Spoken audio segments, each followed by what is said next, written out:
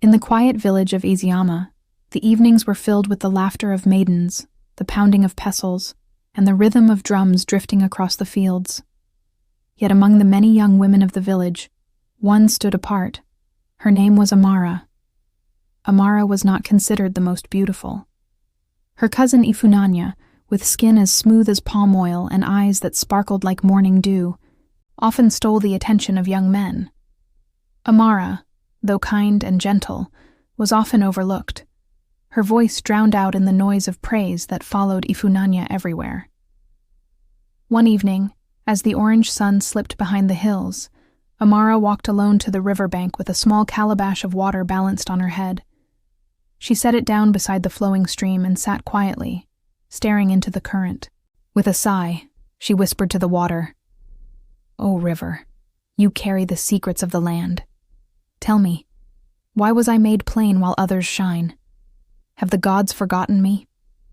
The river gurgled in reply, but of course no voice answered her, only the endless sound of water rushing over smooth stones. As she sat lost in thought, she heard footsteps. It was Mama Obi, an old woman from the village, carrying firewood on her bent back. She paused, squinting at Amara. "My child," the old woman said, lowering her bundle with effort. "Why do you always sit here alone, speaking to the waters? Rivers do not answer longing hearts." Amara bowed respectfully.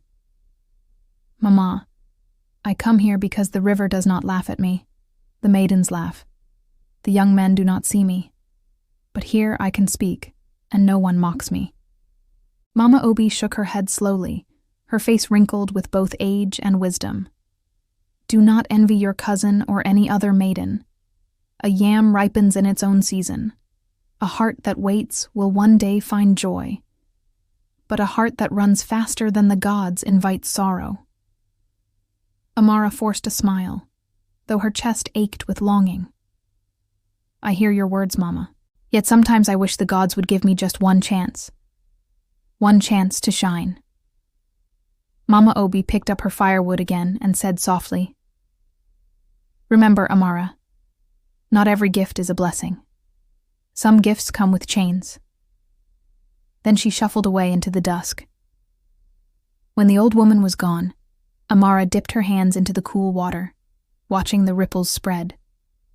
A sudden breeze brushed across her skin, and for a moment she thought she heard a whisper, faint, like a song carried from far away. She looked around, heart beating fast. No one was there. Only the river shimmered under the pale light of the rising moon. "Perhaps I am only hearing my own thoughts," she murmured, but deep inside, something stirred, as though the water itself had listened. That night, Amara returned home to her mother's hut. Ifunanya sat at the doorway, surrounded by giggling maidens and 2 young men who brought her roasted maize. When Amara walked past, no one looked her way. She lay awake on her mat long after the laughter had faded, the words of Mama Obi circling in her mind. Not every gift is a blessing.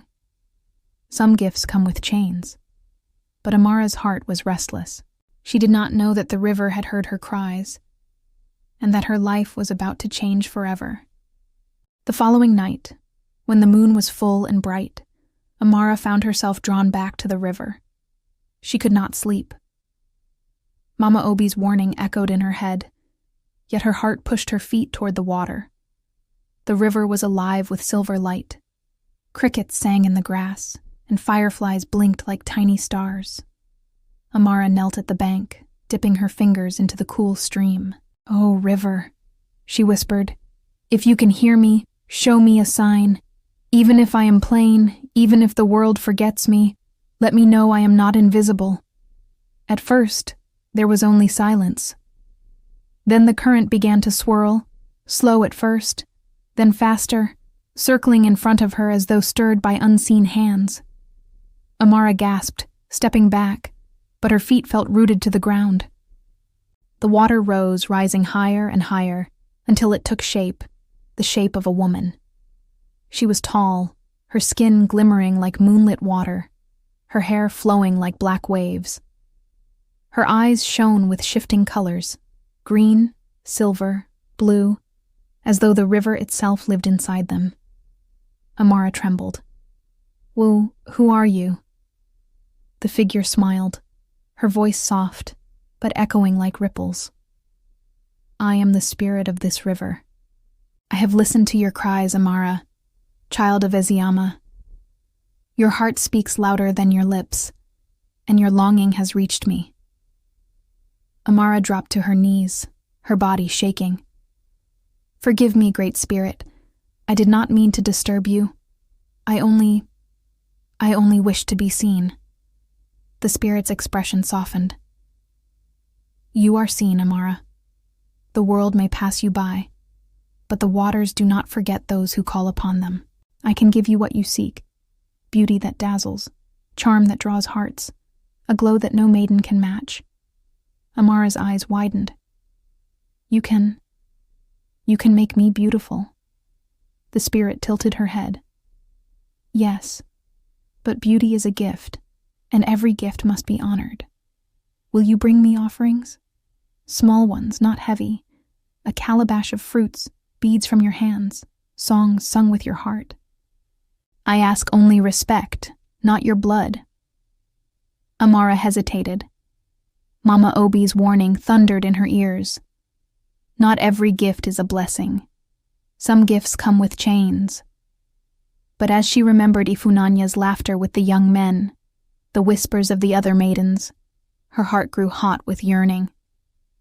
"What must I do first?" she asked softly. The spirit's eyes gleamed. "Tomorrow night, bring me a calabash filled with ripe fruits. Lay it by the water. Sing to me, and I will hear. Do this with a faithful heart, and my blessing will rest upon you." Amara nodded quickly. "I will do it. I will bring what you ask." The spirit leaned closer, her face inches from Amara's. Her voice dropped to a whisper. "Then listen well, child.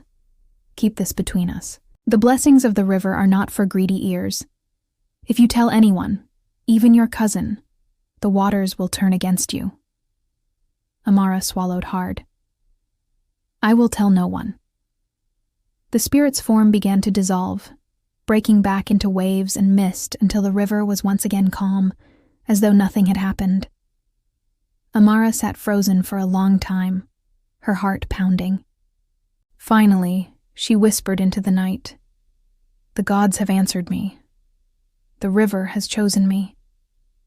When she rose and walked back to the village, the moonlight followed her like a silver path.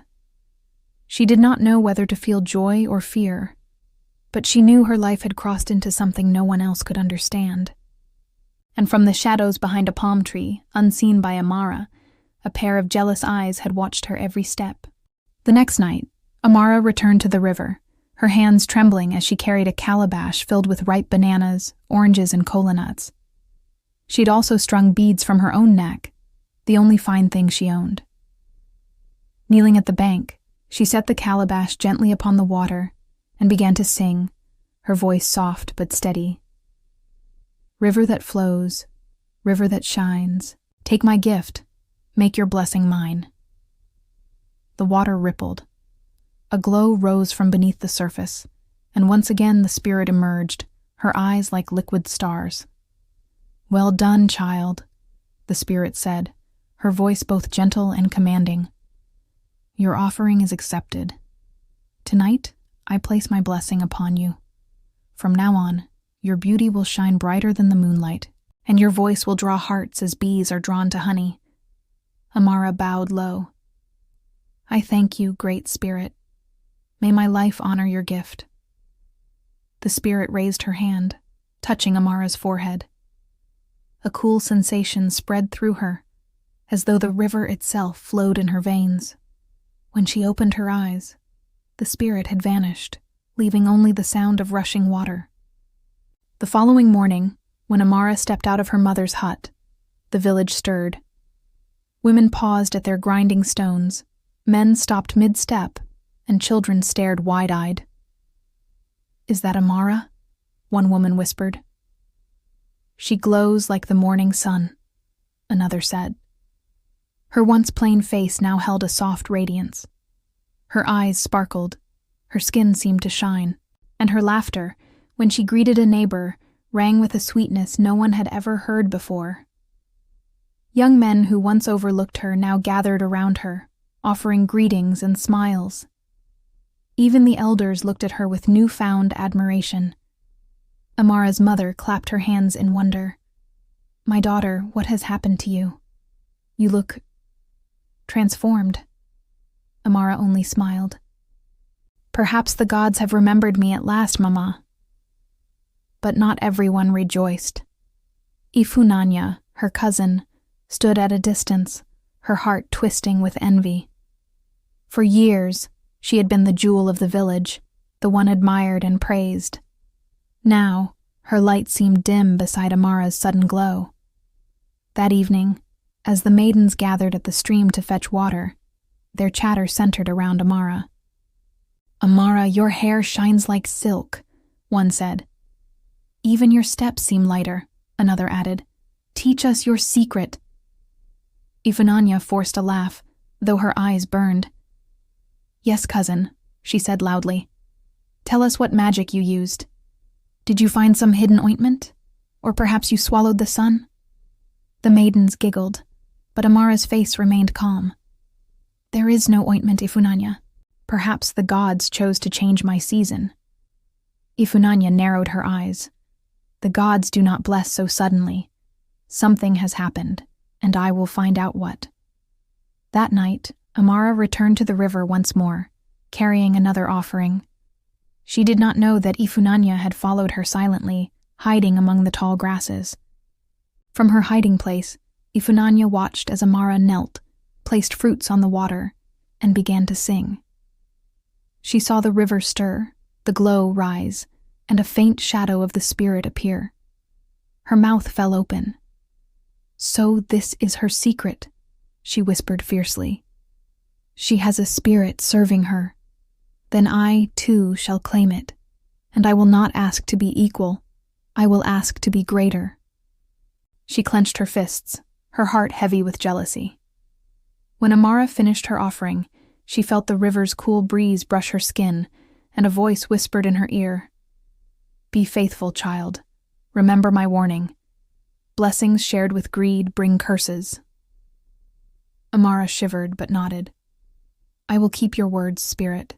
She gathered her empty calabash and left, unaware that her cousin's eyes had seen everything, and her cousin's heart was already plotting. The night was heavy with clouds, and the moon hid its face. The village slept, but Ifunanya was wide awake, pacing like a restless leopard. Her thoughts burned hotter than fire. "Amara," she hissed under her breath. Plain, quiet Amara, now worshipped like a queen. And I, who have always shone, now stand in her shadow? Never. She gathered a calabash, filled it with fruits hastily plucked, and adorned it with beads she snatched from her own jewelry box. Without care or reverence, she stormed toward the riverbank. When she arrived, the waters were still, dark as a mirror. She dropped the calabash roughly into the stream. "River spirit," she called impatiently, "I know you are here. Come out. I will not wait all night." The river stirred. A cold wind swept over the bank, bending the grasses flat. Slowly, the water began to rise, but this time it did not glow with silver light. Instead, it churned black, frothing as though angered. The spirit appeared, taller, darker, her eyes blazing not with calm beauty, but with stormy fire. Ifunanya stumbled backward but held her ground. "I know who you are," she said boldly. "You blessed Amara, but she is nothing compared to me. I am the one who deserves your gifts. Make me greater than her. Make me the most beautiful in all the land." The spirit's voice rumbled like thunder. "You come with arrogance, not reverence. Your hands gave carelessly. Your heart speaks only greed. Do you think the waters bless the proud?" Ifunanya lifted her chin. "Spare me your riddles. I am already admired. I only demand more. You gave Amara glory. Now give me double." The river hissed. waves crashing against the bank though no storm was near. The spirit's voice grew sharper, cutting like a blade. What is given with humility brings life. What is demanded with envy brings ruin. Ifunanya, child of envy, you have cursed yourself. Before Ifunanya could reply, the spirit raised her hand. A blinding light burst from the river, striking Ifunanya's face. She screamed, clutching her cheek as the pain seared like fire. When the light faded, she staggered to her knees. Her once smooth face now bore a jagged scar running from her temple to her jaw. Her beauty, her pride, was marred. "No," she cried, her voice breaking. "What have you done to me? Spirit, give it back. Heal me." But the spirit's form dissolved back into the river, leaving only the sound of rushing water and a final whisper on the wind. "Let all who see you remember, envy poisons the heart, and pride destroys the vessel that carries it." Ifunanya crawled away from the riverbank, tears streaming down her face. By the time she reached the village, dawn was breaking. Children fetching water were the first to see her. "Look," one cried, "Ifunanya's face." Soon the whole village gathered, their whispers sharp and pitying. The proud maiden who once drew suitors with every smile now hid her scarred face in shame. Amara rushed forward, horrified. "Cousin, what has happened to you?" But Ifunanya shoved her away, bitterness dripping from her words. "Do not touch me. This is your fault. If not for you, I would still be whole." Amara's eyes filled with tears. "No, Ifunanya, I never wished this upon you. The spirit warned me not to share the blessing with greedy ears. Why did you not listen?" Ifunanya turned her face away, weeping. She had no answer, for deep down she knew the truth. Her own envy had led her to destruction. For many days after her visit to the river, Ifunanya shut herself away in her mother's hut. She refused food, refused company, and refused even to fetch water for herself. Whenever anyone knocked, she covered her face with a cloth, ashamed of the scar that now burned across her cheek. Her laughter was gone. Her admirers no longer lingered at the gate. The pride that once carried her like a crown had been broken, leaving her empty. Meanwhile, Amara continued her quiet visits to the river, carrying her fruits and beads faithfully. But each time she sang, the spirit's voice reminded her, "Use the gift wisely. Let your beauty serve, not rule. What is gained in humility lasts. What is used in pride crumbles like dust." Amara obeyed. She did not boast of her glow or demand songs of praise. Instead, she helped her mother in the fields, fetched water for elders, and treated others with kindness. And because of this, her blessing grew even brighter. One evening, the village elders gathered beneath the great iroko tree. Word had spread of the strange change in the cousins, and people whispered of river spirits and hidden bargains. The oldest elder, Papa Chukwu, raised his staff and spoke. "My people, we have watched a lesson unfold before our eyes. One maiden, overlooked and humble, was lifted by the river because her heart was gentle. The other, proud and greedy, was cast down because her heart was poisoned by envy. Shall we not take wisdom from this?" The crowd murmured in agreement. Ifunanya, covered in her veil, trembled. For the first time in many days, she stepped forward into the circle of villagers. Her voice was heavy with shame. "Fathers, mothers, people of Eziyama, it is true. I followed Amara to the river.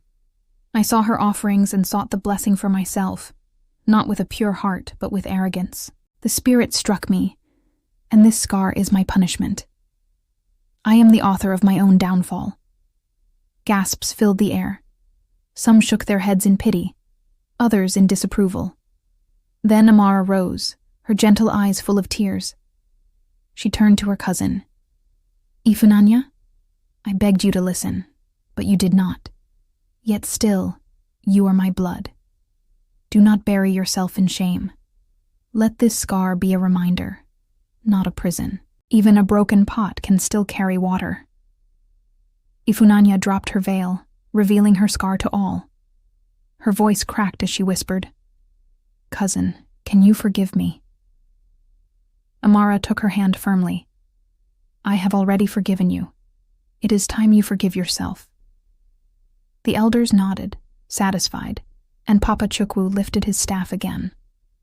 "Let this be the teaching of Eziyama," he declared. "The river blesses the humble, but humbles the proud. Beauty without character is like a flame. It burns bright, but dies quickly. But humility is like the river, flowing, lasting, giving life." The villagers clapped in agreement, their voices rising like a single drumbeat. Humility lasts, pride destroys. From that day, Amara lived not as a maiden lost in shadows, but as a woman of respect, admired for both her beauty and her kindness. Suitors came from far and near, but she chose wisely, marrying a man who valued her heart more than her face. Ifunanya, humbled by her fall, changed her ways. She no longer boasted, no longer mocked. Instead, she learned the art of weaving mats, spending her days in quiet work. And though her scar never faded, the bitterness in her heart did. She found peace, not in admiration, but in humility. And so the story was told from generation to generation. Mothers whispered it to their daughters, elders recited it at moonlit gatherings, and children carried the lesson deep into their bones. The river blesses the humble, but humbles the proud.